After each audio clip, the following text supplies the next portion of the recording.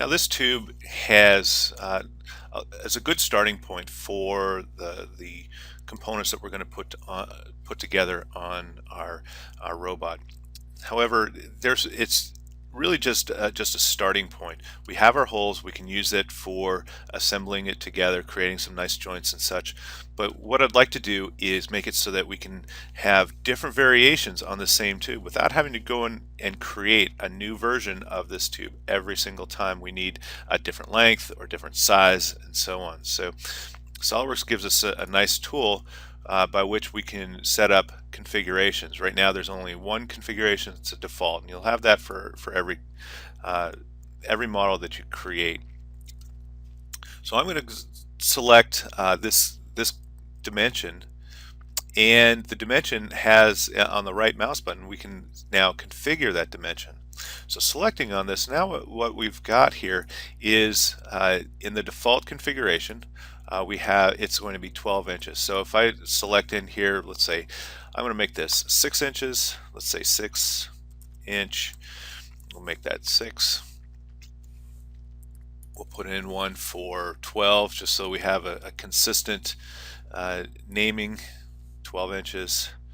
Let's go with 18 inches. Let's change that value over to 18. And we're going to go for one that's like really long. Let's make it 3 feet, 36 inches. Make it 36 inches. And we'll go ahead and apply that. So now we've got these configurations. I've created one for every dimension, or for that same dimension. And if I look to the configuration tree, now I've got a whole series of different configurations. If I'm going to zoom out a little bit so we can see what we've got. So if I go to the 6-inch version, it's going to be shorter. If I go to the 12-inch, it's a little bit longer, 18-inch, and of course the 36 inch is a nice tall model. So with just using the configurations for that one dimension, we can actually set up a lot of different models that we can use for our model. Now you'll note that for each of these configurations, the holes are staying right where I started, and I actually had to do that. I did a little bit of design thinking up front as to where I wanted to put these holes. So if I look at the features for these guys, and in particular, if I look at the sketch for each of these, we can see that I set the holes, this point to be 5.5 inch from the top edge. Then the bottom hole is a 1/2 inch from the bottom edge.